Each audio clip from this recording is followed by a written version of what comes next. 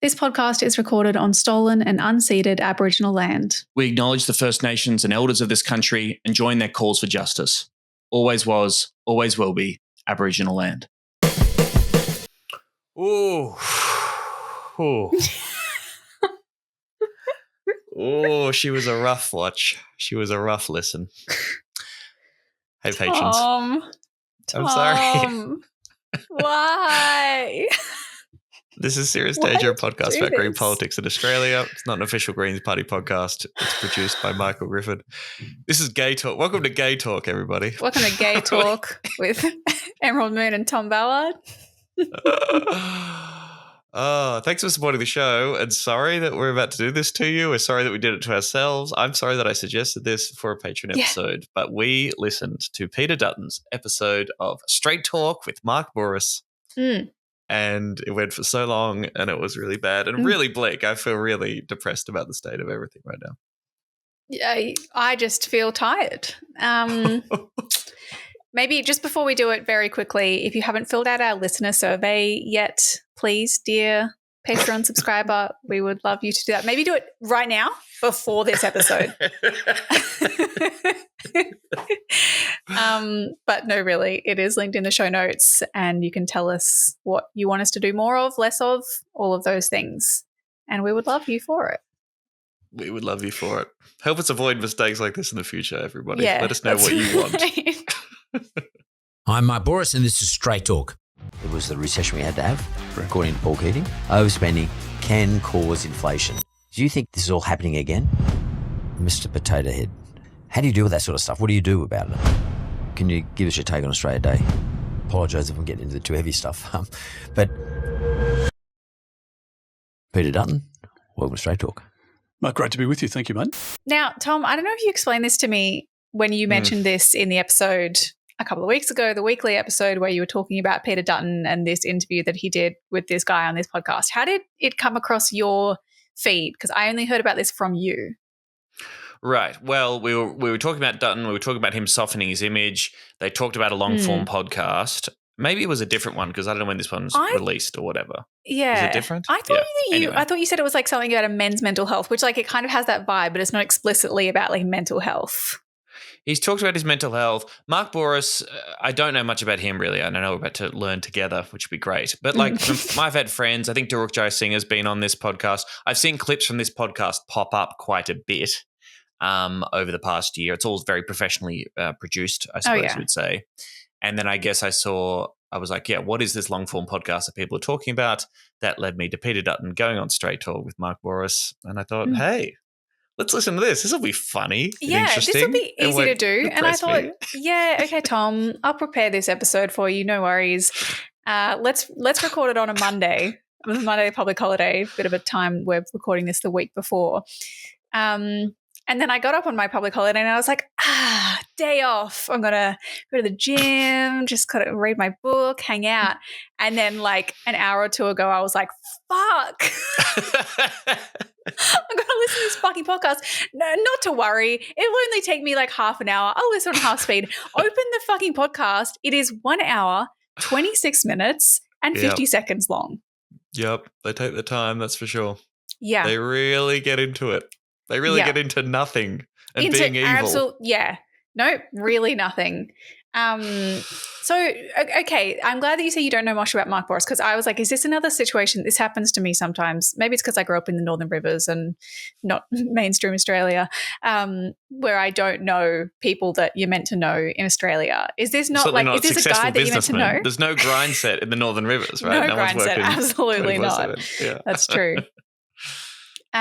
He is, so I had to Google him and find out that this guy is just like a business guy with a lot of money. That's pretty much who it is. He is best known for founding this non-bank home loan lender. I don't really know what that is. I guess when you presumably already have a bunch of money from I don't know what, but you have enough money to lend to people to buy houses. So he found Wizard Home Loans and then sold that for $500 million to GE. Must be nice. And apparently right before the GFC, so then they ended up selling it on for a fraction of that once the global financial crisis. But he got out with his $500 million and was like, I'm a rich guy that knows how to make money. He went on to host The Apprentice in Australia and just do a bunch of like media-y things, YouTube's, podcasts, whatever else. Also, this is where I was like, yeah, is this guy like a men's mental health kind of vibe? He hosts Wimp to Warrior is one of his businesses, which is a, quote, structured training course in mixed martial arts. And then they go and actually like fight each other to become a warrior from being a wimp. But anyway, one of his projects... He's this weird hybrid, isn't he? Because he's Al Trump a little bit because he was on Al it is a bit Apprentice, Trumpy. Celebrity Apprentice. Then also he's got a bit of Joe Rogan thrown in there with it is very Joe Rogan. Arts. Yeah. I feel like he's probably modeling a bunch of stuff off all of those types of people. Right. And the podcast, it seems to have been running from like 2019, 2020 maybe. Mm. And I saw the introduction when he first launched it. He described it with these words, quote, "Too much of today's society is polished. People avoid the real conversations or look to sugarcoat everything. That's not how I operate." It is, Mark, because I've listened to your fucking podcast with Peter Dutton for an hour 20, actually. It is. But that's the premise of the show, is that he doesn't hold back. It's real conversations without the sugarcoating and the blah, blah. Yeah. And mostly talking to like entrepreneurs and people like that on. Mainly, I mean, you know, if you want to give him any credit whatsoever, I think I looked at some of the previous guests, and he does have that thing that all podcasts have, really, which is like we will try and talk to lots of different people, and it's like a long form interview podcast. I want to get to know the real person, and you know, we might disagree about stuff. So here's people from all over the show. Because he said, because initially when he launched it, the description was like, I give my advice on all the topics integral to business, personal growth, entrepreneurship. As well as asking you what's getting under your skin. So there's a clear kind of like, I feel like there's a slant towards like hustle vibes, but also just whatever. Well, yeah, he's a capitalist. He's made shitloads of money. Individualism. Yeah. That's fundamental. Yeah. Et he doesn't hold back, and there's no BS, you know, and he just tells it straight. Now, he did just interview a man who's trying to be prime minister. It didn't challenge him on a single point. No. But he just holds back. He's not trying to convince you how to vote, you know, Tom. It's not about that at all. It's not about politics. This podcast is not about politics. We're leaving politics. We were talking about the man. But also, let's talk about politics for like an hour. It was a politics podcast. That's the thing. I was like, I have to listen to a podcast where Peter Dutton just like talks about his life and, you know, trauma in the police force and tries to humanize himself. I almost would have preferred that. This was just a fucking politics podcast that I now have to go and do a politics podcast about, Tom. This is not what I signed up for. A politics podcast with with not a single challenge at any point. No. Not a single fact check. And it's really it's remarkable to me. Unlike our podcast, where we're incredibly adversarial. We're always holding people to account. No, we have Greens people. They're not going to be the prime minister. Interrogate topics. We don't just like, I don't know. Anyway, but at least we don't pretend. We don't pretend to be bipartisan and just, you know, just want to get to the heart of who the person is. Sure. Like he says, he starts it by being like, I'm going to do these interviews. I'm going to speak to both Albanese and Dutton, the two people who want to be prime minister, and I don't want to push onto you how you want to vote at all. I don't want it to be about politics. I just think that you should know who you're voting for, and I will leave it up to you entirely. Incredible. He says, quote, that he spoke to both, and it's really interesting because they're completely different people from completely different sides of the fence with completely different policies who are diametrically opposed in style. That's an interesting way to frame it, isn't it? Yeah, they're two white dudes who have been in politics forever, who are pretty terrible at communicating in any way whatsoever, whose brains have been, just completely shaped and molded by Canberra being in power for a long time, who don't want to change things very much at all. And they're just completely different. One of them wears glasses. Oh no, they both wear glasses, don't they? Yeah. One of them's bald. Yeah. The other one isn't. One of them's bald, the other one's balding. Yeah. Now, okay, so I have to ask you, you watched the YouTube version. Yep. Is that right? So you presumably didn't get the very frequent and what started to feel like kind of pointed ads about coercive control. Oh, no. it was like I've never heard so many ads on a podcast, first of all. And it would like Peter Dutton would stop mid-sentence and it would be like, coercive control is never okay. Coercive control is a pattern of behavior. Like it was like the government coercive control ads. And I don't know, maybe like I really felt like they were like, I think we should place it in this podcast. Can we? Yes. And actually, if we could double the frequency on that one. Is your boyfriend forcing you to listen to this podcast between a businessman and Peter Dutton? They blink twice. Laws if you're are in changing.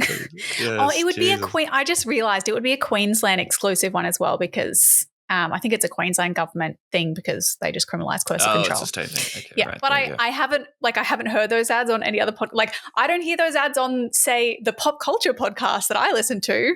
Right. I'm sure that it's somewhat targeted.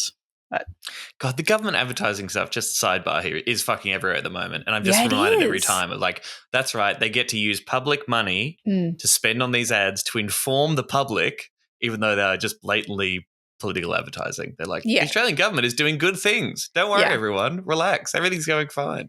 Yeah. I mean, this one, to be fair, this was just like coercive control is bad and you should look into it. And are you doing it? Please don't. Please don't. Somewhat worthwhile. Okay, this podcast, you said this was like part of the project of humanizing Dutton.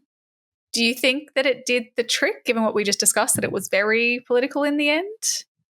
Well, yeah. I mean, the disturbing thing, and this might come out in the conversation, is that this is like, from Dutton's point of view, the best of both worlds. He gets to do this long-form humanizing, I'm just a regular guy, gets to do all that fluffy bullshit, then also gets to lay out all his political proposals and policy positions with no pushback or challenge or journalistic integrity whatsoever. So it's framed as this like real chat between two dudes, and I don't want to get into the weeds of politics, but they absolutely do. There's no pushback. Mark Bouris is basically filleting Dutton for an hour 20 about how great he is and how fantastic he is, and he's so smart and he's been through so much stuff. There's just nothing going on there at all to in any way interrogate him or hold him to account. So I don't know, Dutton really just got away beautifully. That's true, and I mean we can include a few clips, but it truly is like when Dutton kind of lays out, his politics, like his quote unquote economic analysis, which is basically like government spend too much, inflation. And Mark Bouris like, spent so long being like, wow, what a great analysis. He's like, how did you get so smart? I mean, it's just incredible. Albanese. He didn't even know the cash rate. Anyway, not a political podcast. But it is a conversation now in Australia.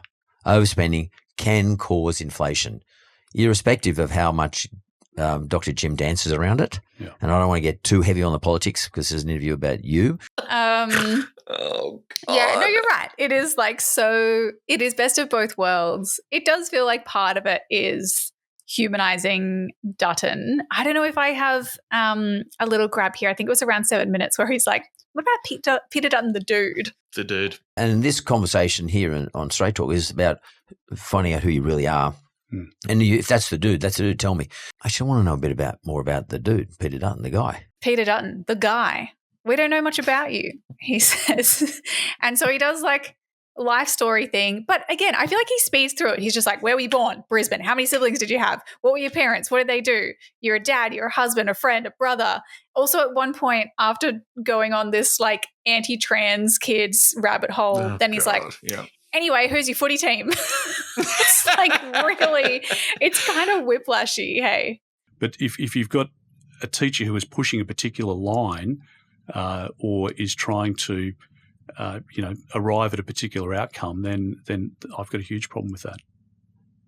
I might just sort of flip it over because I apologise if I'm getting into the too heavy stuff. But who do you support in rugby league? I support the Broncos. We get a whole bunch of rugby league stuff. There's no sort of direction, and at least the worst bit is that towards the end, of course, Mark Bouris tries to bring it all together by sort of saying, do you think that your childhood experiences of working in that butcher shop really tells us something about who you're going to be as a prime minister. The line, I believe, is like, because he used to work at the counter in the butcher shop and he used to have to deal with the public there. And he was shy, but then he had to learn how to deal with the public. He's still shy today, according to Mark Boris, even though he's, running to be prime minister. Pretty brave of him to go on this podcast. Now you're Peter Dutton who is still a shy. My gut feeling is you're still a shy dude. Is now going to push himself into the biggest counter in the country. And he says, you're now going towards the biggest counter of all. Or something. It's the counter of the Australian people. Anyway. The drawing the lines, it really is. And this is true. Like, I mean, I wondered, do you think there was a conversation between Mark Boris and Dutton or Dutton's team ahead of time around angles and frames and questions? Or is it just that they are so on the same page that naturally occurs? Because it really feels like Boris is like jumping in to provide the framing for him. Yeah, probably.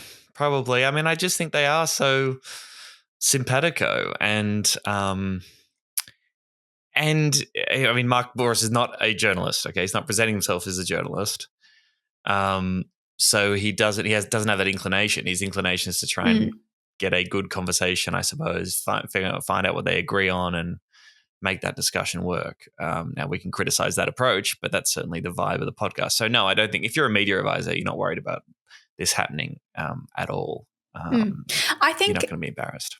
I think you get a pretty clear idea of what Dutton's team have decided they want Brand Dutton to be from this, and you can kind of, I feel as though the episode is like structured around the parts of this brand, and that's kind of how I ended up seeing it. And I feel like those are family values. So there's the stuff around going to his kids' games, around how a family home is a foundation for a good life, how Dutton was helping out changing nappies from a young age, all of that. There's being a working class boy with a blue collar upbringing and having an entrepreneurial spirit.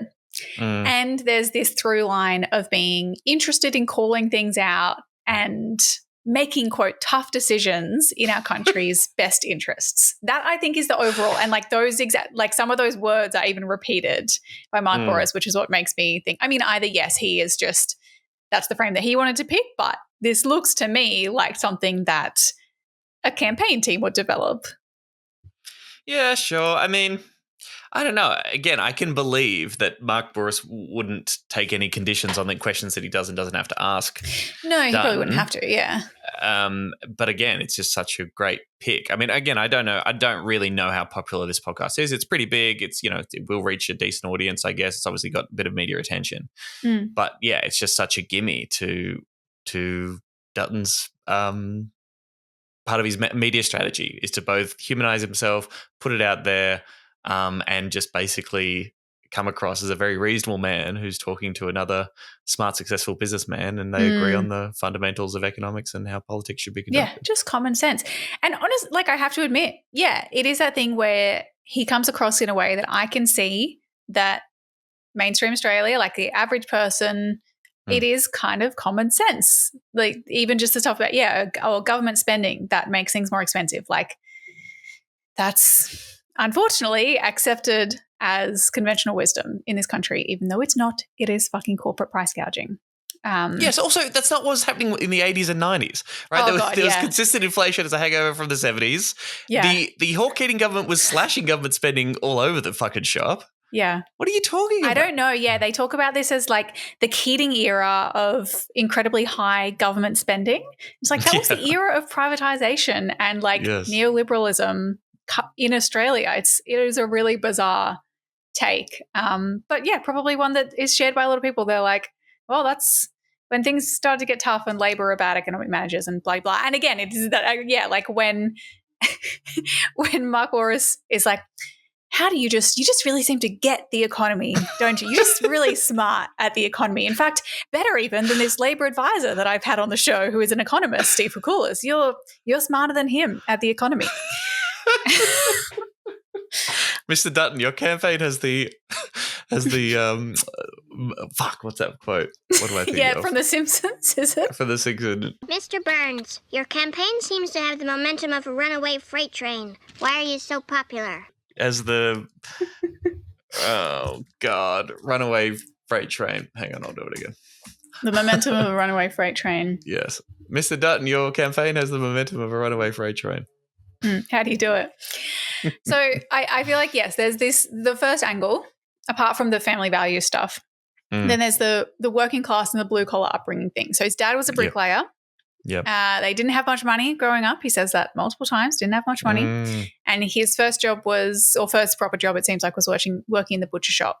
Now, one thing, did you hear this tidbit where he was like, yeah, sometimes they couldn't pay you and you would get paid in meat and I would take the meat home and try to flog it to the family to get the cash. So he's taking the meat home, is from stolen wages from the butcher, takes the meat home, tries to sell it to his parents or something. Yes. How? First of all, I hope you're paying tax on that money, Peter. That's the black market economy that you're setting up there. But yeah, what the fuck? Like, just I skimmed over. He's like, oh, you know how it was. And that's what we need to get back to, people. Pay the children in meat so they take it home to their families and sell it to them. This red tape. This red tape. And get it back in the factories too. I can't believe wokeness made us stop using child labour out there. Yeah. But the great insight from that is when he talks about like that, oh, you always have this interest in small business and I think Mark Boris is like, is that just because you just want more money, basically? And Peter was like, well, yes. He's like, but Peter Dutton says, I just saw, the haves and the have-nots. And it was looking at the haves and have-nots and figuring that you wanted to work hard and achieve as much as you could. Basically, he's like, I wanted to be a have. And that's Peter Dutton's analysis. He looks at the haves and the have-nots in society and says, well, I want to be one of the haves. Whether or not the have-nots should exist, well, that's by the by. That's not the kind of politics I'm interested in. He talks about his dad breaking his back from being a brake. Like there are all just these little clues about the way that the capitalist workplace just fucks up people's lives. And Dutton's analysis is like, well, I just think I'm going to do well in this system and fuck anybody who doesn't. Scramble up the ladder and kick it out from underneath me. Yeah.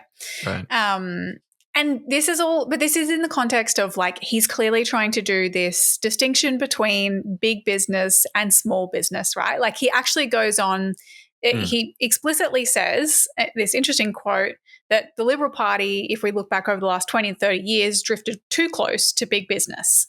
Yes. He admits. And he's like, but I'm not like that. And he's like, no, we are for small business. The examples of small business, like then he's like, we're for tech startups, of course, and women working from home with a baby, and cafe owners who want to like open up a third or a fourth cafe, which is that still a small business? But anyway, without the regulation or the taxation, quote, killing their dream. Yes, their dreams to have 3 cafes. A humble dream to have a franchise. We can all relate. I mean, it's petty bourgeois, right? It is like quintessential. That is the class that he's going after. Okay, which is probably true. More traditionally, the Liberal Party has been the party of the petty bourgeois. Yeah. Well, Tom, yes, I agree. In theory, that's right, and that's Menzies' Forgotten People, right? Like we know what this is, but in this episode, they have this bit where they go, well, and that's what the Liberal Party was founded on. Originally, it was Bob Menzies, and it was his forgotten people, and they go, which is the tradies and the blue collar workers. Right. That's what Dutton said. And it's like, no, that's not. I mean, Robert Menzies, when he set the Liberal Party up, had as one of the cornerstone beliefs of the party home ownership. And the forgotten people. Absolutely. Well, that's the opposite. The whole point of the quote, forgotten people, is that it's the petty bourgeois, is that it's not it's not workers who might be unionized, who might be part of a union, who are blue collar workers. Right. And it's not the upper class, the big businesses. It's the people in the middle, the professionals, the middle class, effectively. And that's what Menzies was saying. This is the forgotten middle of, the forgotten people of Australia. But Dutton, I noticed throughout this podcast, continually uses small business and working class interchangeably. Yes. And the idea of And what is a worker to Peter Dutton? The workers to him is someone who has their own business, it seems. Yes. Which is much more in line with Howard's battlers, right? And this is the big thing under Howard, is that you had tradies who were making a lot of money, right? So you had blue-collar workers who had shitload of money, who also had the capital to start their own business as a tradie, right? So they'd set up their own business. They'd become self-employed. I think the self-employed numbers under Howard sort of really skyrocketed in the 90s and early 2000s. And that was this kind of key constituency that he did manage to appeal to. So those class lines really get blurred. But yeah, I noticed that too. Dutton totally using the idea of workers and people who own multiple cafes as being the same people with the same economic interests. Yeah. Well, and again, on some level, I look at that and I go, that probably is reflective of most people's understanding. Like, they're like, yeah, if I own a small business, I fucking work. I work hard at this. Like, I'm a hard worker. It's just that we as nerds and, Marxists to some extent look at the technical, like, political or economic definition of labor or a worker as someone who derives their livelihood from the labor that they perform rather than their capital or the labor of others. And so we go, well, that's by definition not the working class. But it's true that I think an average Australian goes, working class, people who, are doing it tough and who work hard and who don't have, heaps more than they need to get by. And I'm sure it's, it is somewhat, a deliberate tactic of conservative, liberals really, to conflate the two and to be like, work, because everyone in Australia wants to think that they're working class, because that's a good thing, and we can say we're looking after working class when we're giving tax breaks for businesses with up to $10 million annual turnover. Yeah. But also there's a fetishization of the small business owner as well too, right? The idea that when you go out on your own and the idea of taking the risk and setting up your own business and employing other people, being so charitable as to give other people's job, i.e. buy their labor to try and increase your own sort of profit margins. There's definitely a worship of that and an identification as that as like a special category of people as these. Yeah. But of course those people are bosses, right? And their employees, their workers who dare to get organized to try and get a better deal. Well, they're just ungrateful, Exactly. Yeah, that's right. The actual working class. I mean, there's like that side of the entrepreneurial spirit. It's like the small businesses are good. And also it's good if you made your money through property. But you kind of like, I think what's really interesting here is the way that Dutton tries to like toe this line of demonstrating his chops as someone who understands the economy, who did wise investments, like similar to the way that Albanese has this like property investor background because he made smart decisions, blah, blah, blah. Yep. Dutton wants to do that. Savvy. But he wore those glasses. Savvy. He's savvy. That's right. Savvy investments. But he also has to doesn't want to spend too much time talking about how much wealth he's been able to amass by, getting in on the housing market before it was completely impossible for most people to do. And he has to acknowledge that. But so he's like kind of quickly refers to the fact that, I was doing this thing. I also kind of bought these properties, and I've had a few. What does he say? Let me see if I can find the. And I've always had an interest in property, and he just says I've always had an interest in real estate, right? And I'm like, well, you can take that a couple of ways, can't you? Literally, I have an interest. I have a financial interest in multiple properties, and I'm making shitloads of money as the housing crisis is getting worse. Yeah. So, That's right. Can we just on that, can we just pause on how fucking weird this dude is? He bought his son a subscription to the Australian Financial Review. Oh, God. This bit was Thanks, Dad. Oh, man. I'm like, I'm so sorry, Peter Dutton's son. He was like, well, when I was a kid, I was a nerdy kid and I would get the AFR and read it every day. And I got my son a subscription, but he's just on his bloody social media and he's not reading it. Can you imagine? Socials. Your dad's like, did you read that article? I put it on your desk. Get off that phone. What do you think of Prue McGowan's latest thoughts? Come on. Yes. Come on, discuss. And I'm sorry. My kids are scrimping and saving everything to buy a house. Fuck off, Peter Dutton. Bullshit. Fuck off, bro. Yeah. No. And unless you really are a psychopath and you believe that your children should be thrown into the mercies of the market and will either, sink or swim. No, you're helping them buy a fucking house, bro. Yeah. I should Well, hope because so. at the same time, how can you say that? But you're also acknowledging the fact that you're like, he repeatedly says, oh, it's so sad that for Yes, some it's a people, it's tragedy. not a choice. It is impossible for them to own their own home. They're being forced into becoming lifelong renters. I think that's so sad. Yeah. But at the same time, my kids are just going to work really hard and do it. And he does this pivot, right, from being like, yes, I did these savvy investments to increase the wealth for me and my family by buying real estate. And he does this pivot that I think is very much assisted by Mark Bouris, where he's like, oh, and well, because the home, it's so important. It's an anchor for a stable relationship. It's so for raising important, yeah. children. It's something you can leave to your kids or set yourself up for retirement. The home is such an important anchor for a stable relationship, for raising of children, an asset that increases in value that you can bequeath to your children or that can set you up in retirement. And it's also the underpinning of small business because most of the lending is against, secured against a home. So for me, that home ownership is really essential to the Australian culture and psyche. Because it's not just an investment. It's actually, as Mark Bouris says, it's really about the fabric. Oh, he's like, let me help you with this. Is it because of what it represents to the fabric of being Australian? Peter Dutton's advisor off to the side is like, yes. It is. It is actually. Oh my God! Yeah, no other countries do they need shelter. It's a really Aussie thing. It's classic. It Aussie is. us. It's all really. that's whether we're the first ones to do it. We invented housing. Pretty incredible Actually, stuff.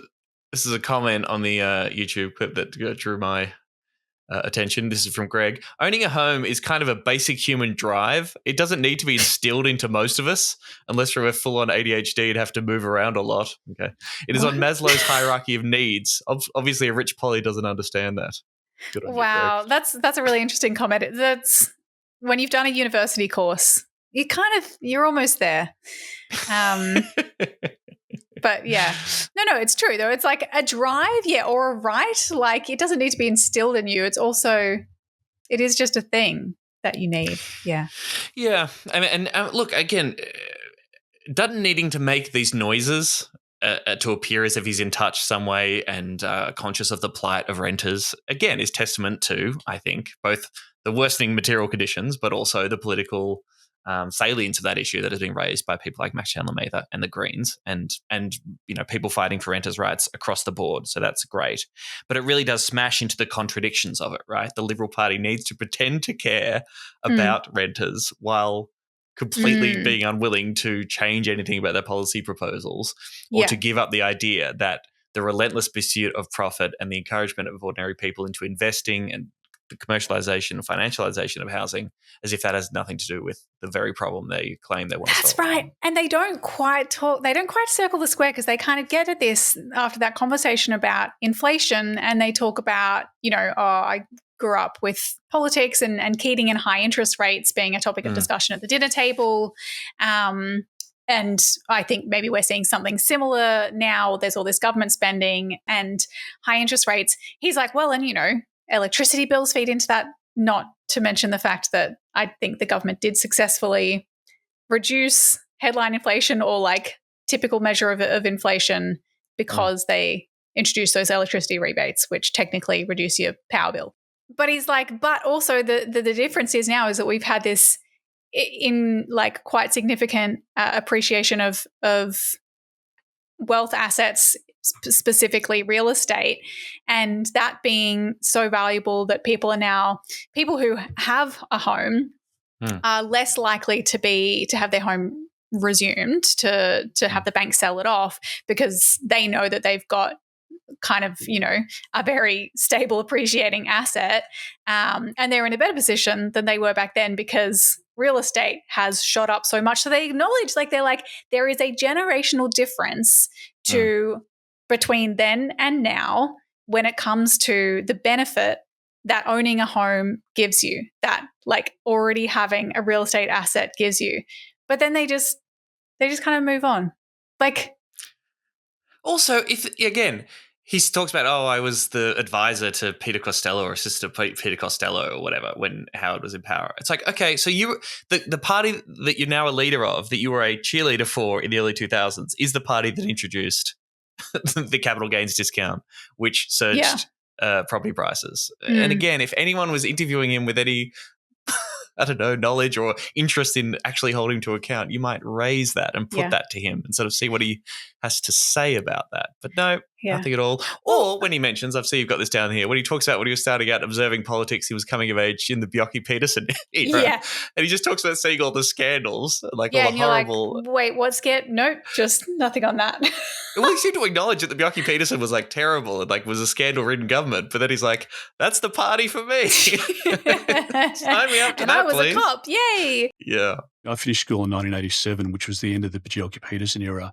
So all of the scandal and his dominance as premier over that period, it was splashed across the front pages of the newspaper each day and on the news of a night time. So you were exposed to it. And I think they were sort of the early political influences for me as well. And then there's this weird, I didn't quite understand what was going on here, right? Where Mark Boris has this thing about the banks. And later when I was like, looked up his history, I was like, is this because he's a quote, non-bank lender, like effectively a competitor to the banks? Right. But this idea that like, the banks are great. We love the banks and they pay a lot of tax. And they're really safe. We have a good secure banking system here in Australia, but also you've got to have someone who's going to stand up to the banks. And he says that Howard was really willing to stand up to the banks and call them out. And we haven't really had anything like that for a long time. And I was like, didn't we have a Royal Commission? Did we have a Royal Commission? Hallucinate that?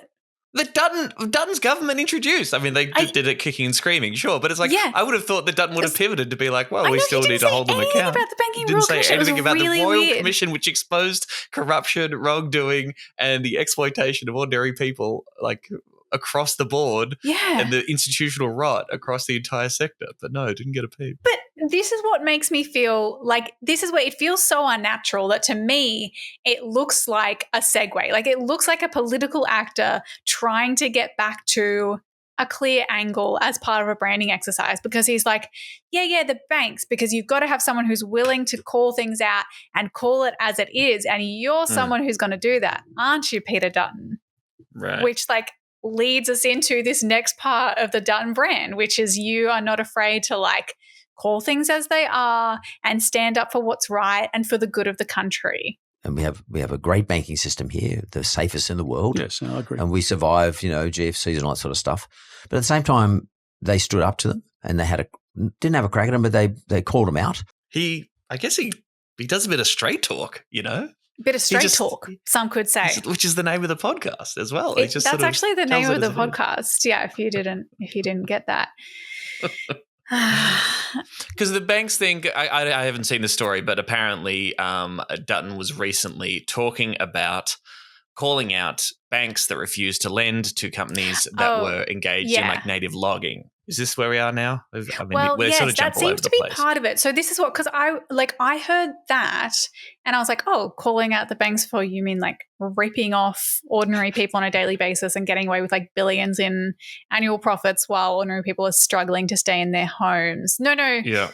It's for not lending to forestry, to logging operations in Tasmania. Maybe it's that simple. Maybe that's because they have this whole conversation about how big businesses are making their money out of a, quote, woke agenda. Mm-hmm. For example, banks that won't lend money to logging in Tasmania. Yes. That's the woke agenda now. It's so hard to keep track of what being woke is. It's actually, it's about logging now.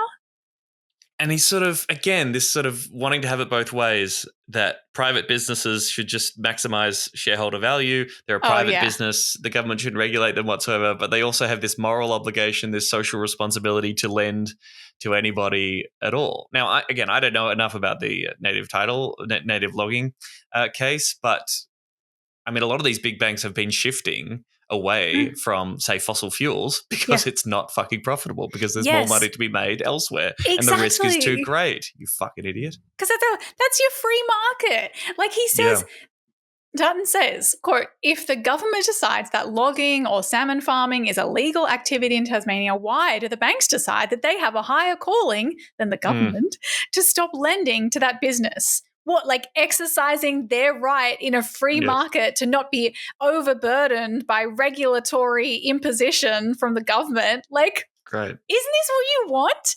You know, for them to, look at the market and go, oh, it seems like maybe the market is shifting away from this like unpopular position, this unpopular industry. Yes, I'm looking at credit position, cash rate, blah, blah, blah, cash flow, lending viability.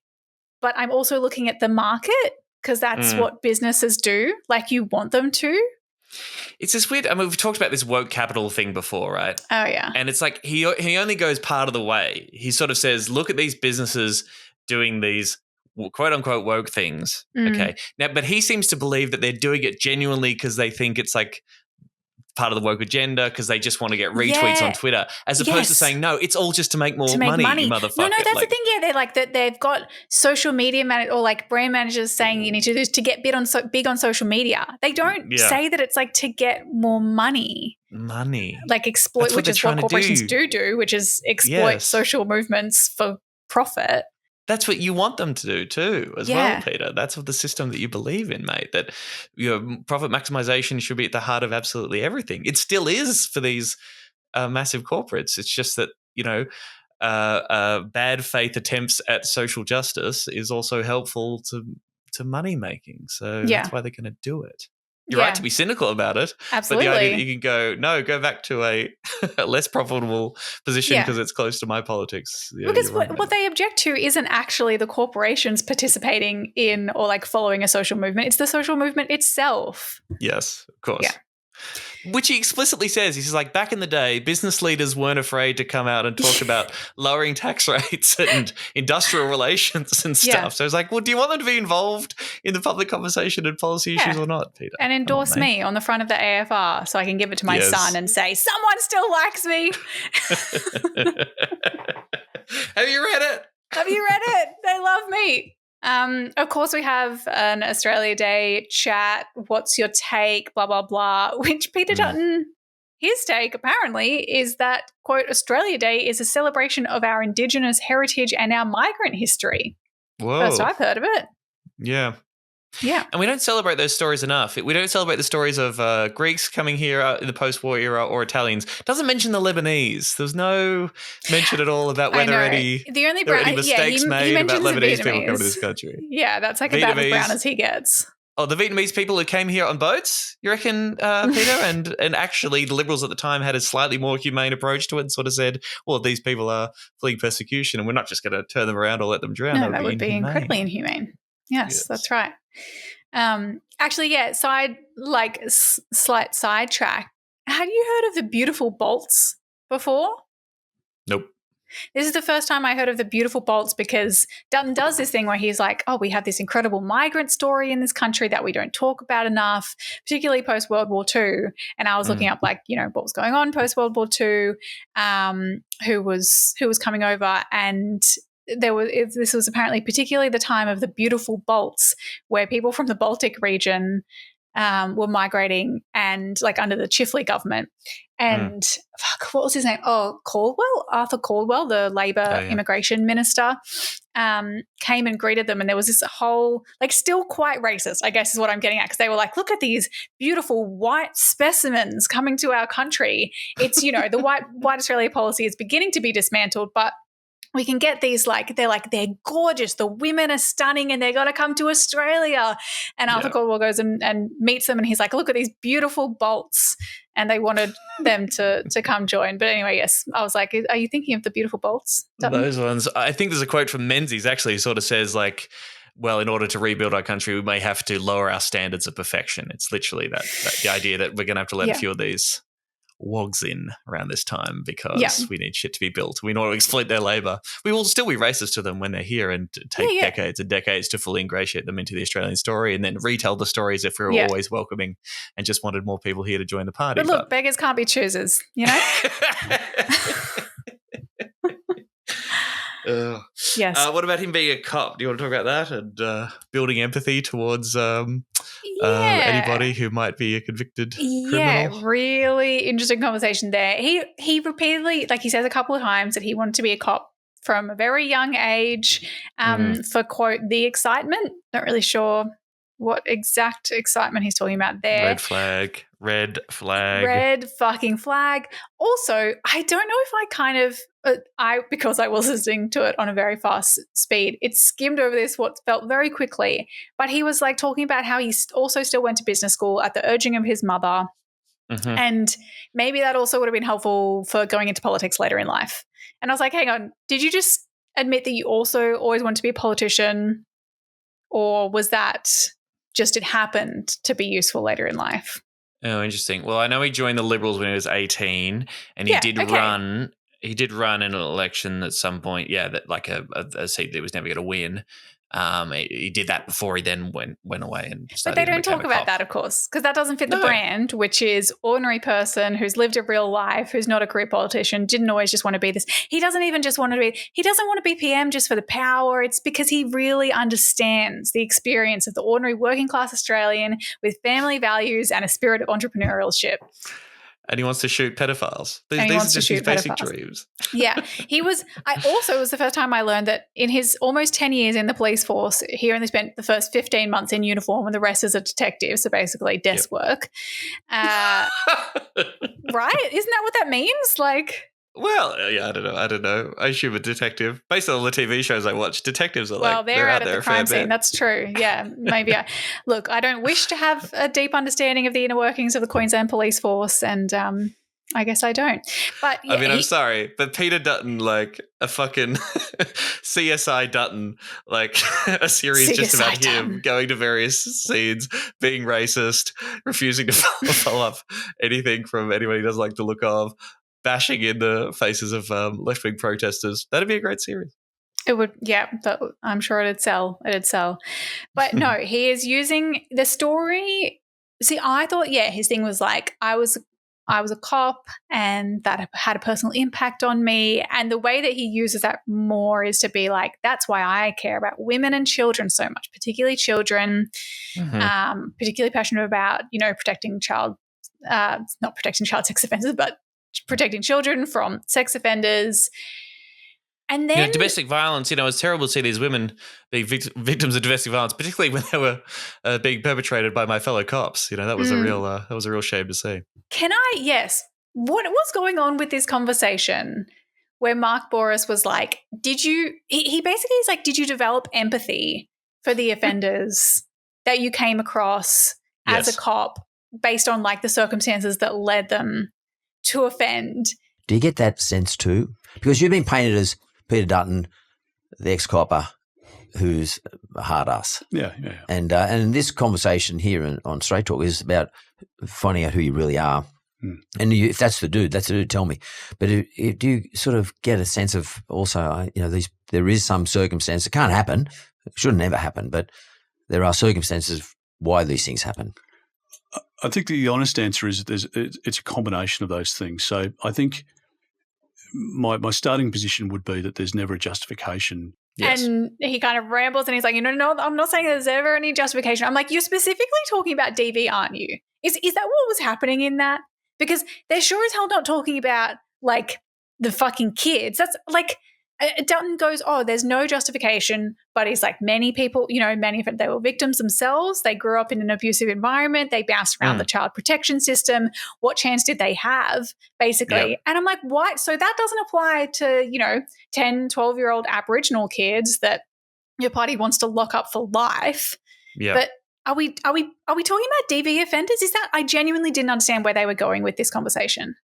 I wouldn't I wouldn't make it that specific. I think Bouris was trying to put out the argument like, why do people become criminals when you deal with criminals on a regular basis and crime and you see people in rough situations? Very worthwhile conversation.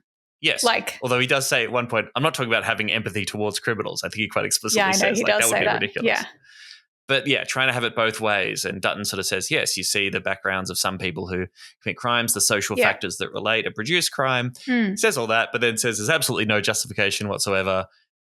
And whether you call it a justification or an explanation as to where crime comes That's from. right. There's a difference between, Yes, like there is a there difference must be a between difference between those two. justification and an explanation. And also, Yes.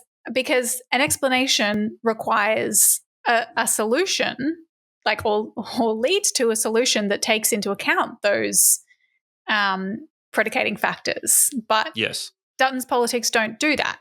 He may know intimately the factors that lead someone to offend in their lifetime, but his response is not in any way linked to addressing those factors and preventing offending. It's purely just appearing tough on crime, which is what he takes as an approach, policy approach. We should be tougher on crime. And Mark Boris seems to suggest that the huge problem that we have in this country is we're so woke and we're so soft on crime and that we put the interests of criminals above the interests of victims, and we focus too much on the minority rather than the greater good of the country. He provides no evidence for this position whatsoever.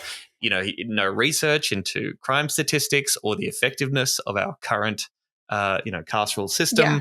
He just puts that out there, and Peter Dutton gets to say whatever the fuck he wants. And he gets to, pull out his strongman bullshit about deporting criminals in this country, right? Listening through the crimes of people who happen to be citizens of other countries, even though they may have lived here since they were kids, committed crimes here. Well, why should they be in this country when they're regularly repeating? Let's send them home. Home, quote unquote. Again, no interrogation of what the fuck are you talking about? Why did those people commit those crimes? Surely we as a society in which they grew up have a responsibility to rehabilitate those people. No, none of that. Just tougher, be less woke, and that'll make things better. Yeah, well, and I mean, it seems bizarre to people like us, right? But again, I think is somewhat reflective of course, a mainstream understanding, like particularly in Queensland, all of the discourse and the rhetoric around youth crime, that is a really commonly held through line, which is that we are pandering to the needs of a quote minority, by which they mean black kids. No. And disregarding, like putting those rights above the rights of victims. And that's what the soft on crime thing is all about. And there's like, in Queensland politics and particularly in North Queensland, like they use the term untouchables, which is basically a euphemism for Aboriginal kids. This idea that like because they're Aboriginal, you can't put them away, like they're untouchable. You can't do anything to stop them from offending, which obviously is fucking bullshit. But that's just an accepted part of the discourse. And so I think this probably rings true for a lot of people, even though, yes, as we know, it's not like it's not in any way based in fact or evidence. Yeah. I mean, I was literally when Mark Boris is like, have we been too soft and woke on crime? I'm like, we're literally locking up 10-year-old kids, bro. Don't think so. What the fuck are you talking about? Life sentences for 10-year-old kids in Queensland now. Yeah. But yes, Dutton basically uses he tries to use his time as immigration minister, like he is playing up this kind of tough on crime thing, and particularly he tries to link those things of being like, well, I really care about children and protecting children, and it's about keeping the pedophiles out, and that's why I cancelled more visas than any minister since Federation. I cancelled 6,300 visas or something. Just got that on the top of my head. More than any other minister since Federation, because childhood is paramount, and also that the sanctity of that childhood is paramount. So why should we tolerate a situation where kids are being brought up in that circumstance? And we're not going to solve every problem, but for me now, there will have been hundreds, if not thousands, of lives of young children that have been saved, or pedophile networks that have been closed down as a result of that investment and the prioritisation that we gave to the AFP. And I've got to keep and yes, foreign like migrant equals pedophile. Yeah. Well, and also talked up the amount of money that he put into, I guess it was the AFP in their division, particularly targeted on pedophiles and such. Yeah. Yes, certainly trying to big that up. Of course, once again, you would interrogate if you had any journalistic integrity or interested in sort of, calling out the bullshit and speaking it like it is. You might say, hey, also, while you were Home Affairs Minister, you supported an offshore detention regime. And there were lots of cases of the private contractors that we employed to run that system sexually abusing the children. Do you have any concerns, regrets about that? Yeah. Anything at all? That you then, when evidence of that happening was released by The Guardian in the Nauru files, you described it as hype and effectively made up, even though you had received briefings on this happening as immigration minister, had the evidence before you.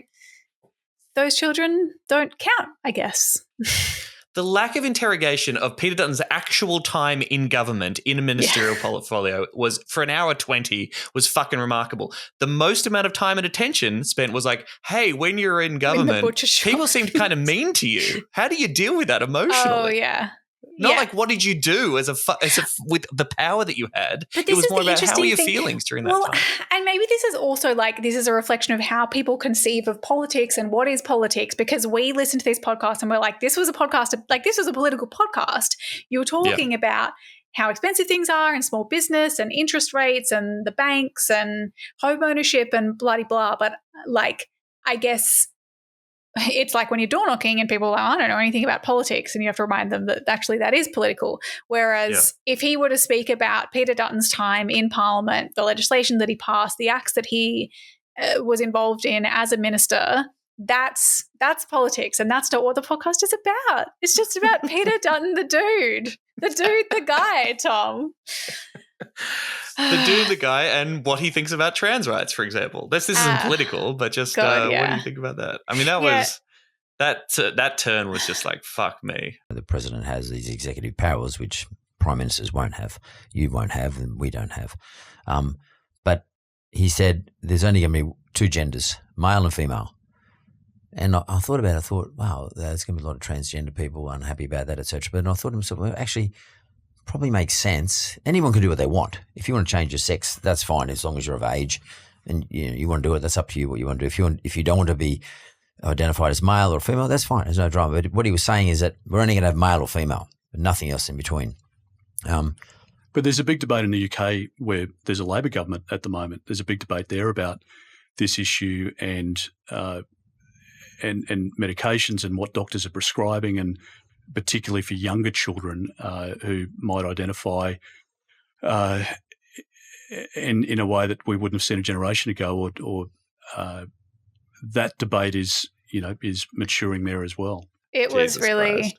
But again, it's just that I think what depresses me most about it is how it is so it is designed to not sound crazy and hateful, and the way that it is representative of a government and a politics that wants to, in practice, what a policy response to this kind of fear around trans children looks like is restricting their access to healthcare.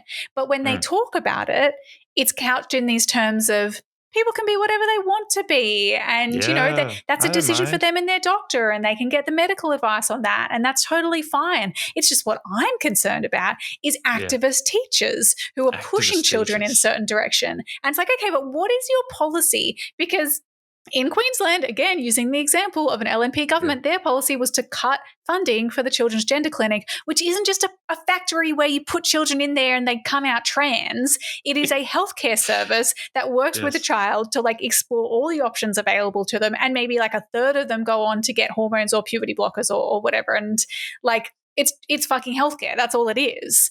But that is the policy response. That is the objective of people who push this idea that there are activist teachers making your child trans. Which is just pulled out of fucking thin air. Again, Mark Boris with no citing of any example, just well, what do you think about teachers talking to young kids and, clearly implying that there are teachers out there encouraging young children to transition, or sort of say, you know what, you might be trans. I think you should be trans. Being trans is cool. Yeah, which what just they actually cool mean. Nowhere, as opposed to educating young people about the reality of gender diversity and saying, if you happen to be gender diverse, that's totally fine. You're welcome, and we're going to support you, which is what we fucking want in an education system and a decent society. Yeah. No, because that's right. What they actually mean by that is that the child has a parent who is completely rejecting and unsupportive of their gender dysphoria or even just curiosity about gender, and the teacher is refusing to conform with that approach, like is maybe just being a little bit supportive and open to the child and saying, hey, I'll call you, if you would like to be called that, I'm happy to do that. And that's what they mean by like activist teachers pushing this on children. Jesus. Yeah, that was bleak. But, it was good to know that Peter Dutton has never believed in any discrimination against anyone on any basis. Really comforting. He's always believed that. And that's as I see it. I just don't. I've never believed in discrimination against anybody on any basis, as I mentioned earlier. Apart from marriage equality laws, and of course, he walked out of the apology to the stolen generation, and has supported an offshore detention regime that basically tortured refugees, and has generally been very happy as a conservative to support a society and a system that discriminates against all sorts of people all the time.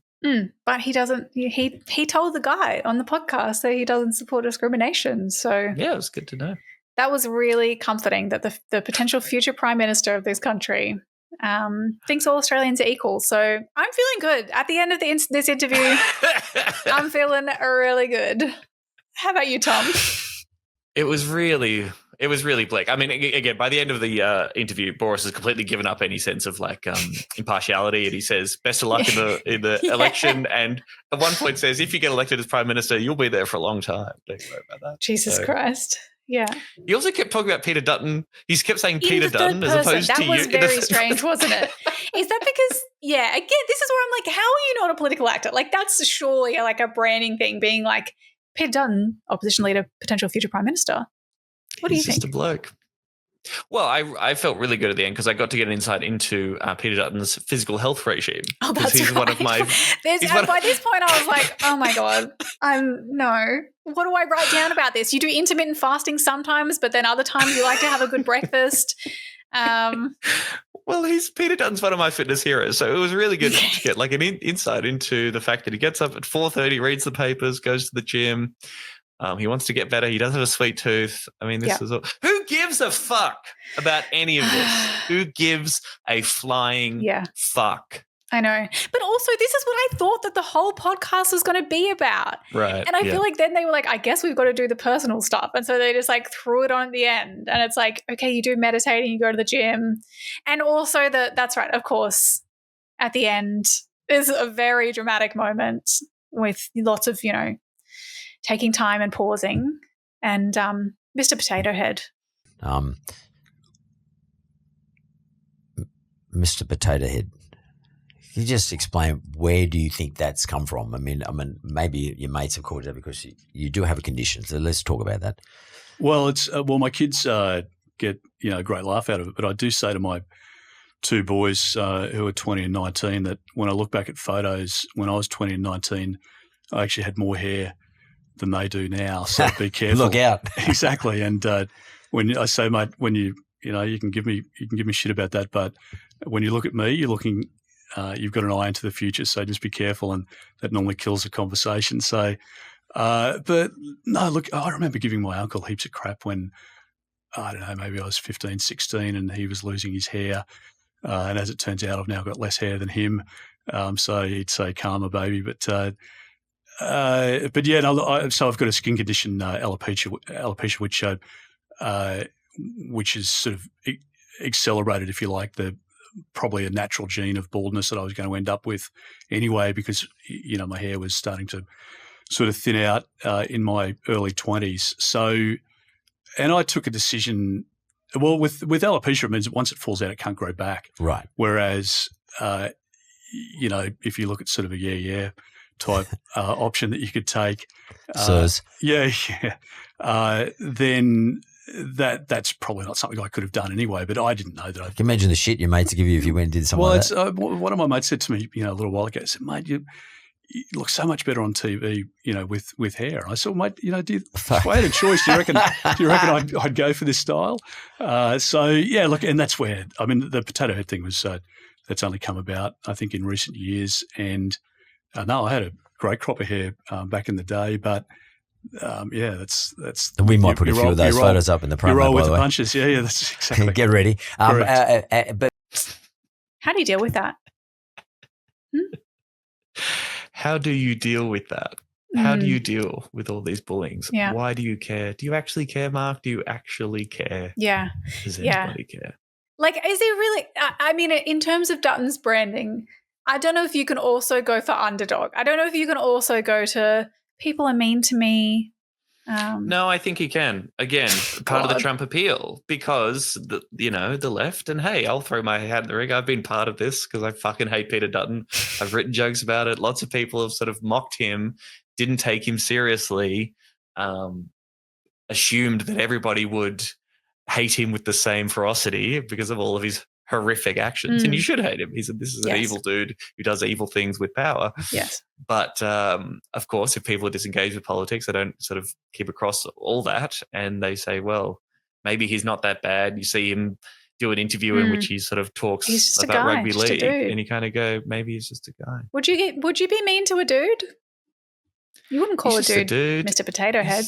Yeah. He's just got a kid. He's got lots of property. He's buying his kid an AFR subscription. He's just like you and me. It's really nice. I have to say I hadn't heard, maybe like a long time ago, but I do like the phrase that politics is show business for ugly people. And it's show business for ugly people, as they say. And Dutton says that. That's a classic. I didn't. Him talking about his alopecia was kind of interesting. I have to say, like, I think I expect, I guess I thought maybe he would try to do I've got a medical condition, but he was kind of just like, like I've started losing my hair. I say when people make fun of me for it, I'm like, could be you in the future. I've got alopecia. He didn't really labor the point too much. No, I mean, look, he looks better bald. I agree. Yeah. Like when he had hair, it was no good. I know. Yeah. But yeah, I mean, and I had a brief skim through Dutton's Wikipedia, just a reminder of all the horrible crimes. And when he was health minister, he was voted one of the worst health ministers of all time by doctors. His joke about climate change. Medicare. He's getting Medicare. Yes, he's horrific. He voted no against same-sex marriage, right? Voted no against same-sex marriage is the worst. And I think. And, look at him on Israel, look at him on any other foreign policy issue. I mean, I think we're much more likely to go to war under a Dutton prime minister. But I think, yes, the recurring theme, while all the humanizing is happening, they're also very much talking up the strongman and the making the tough decisions. Tough decisions for what's right for the country. The weakness of Albanese, yes. Yeah.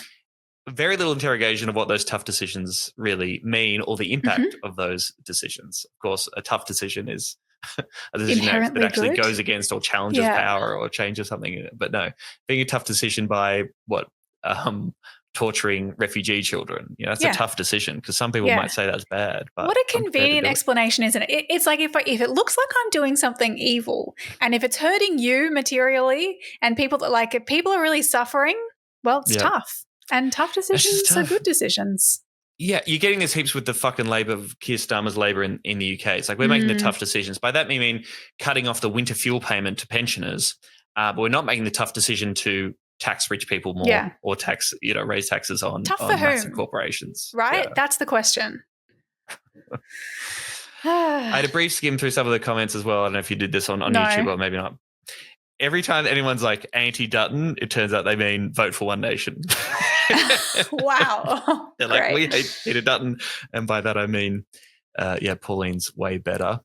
And I mean, all the comments on Mark Boris's pin post saying next week will be Anthony Albanese. It's like, nah, won't be watching that. No, thank you. The unions are out of control.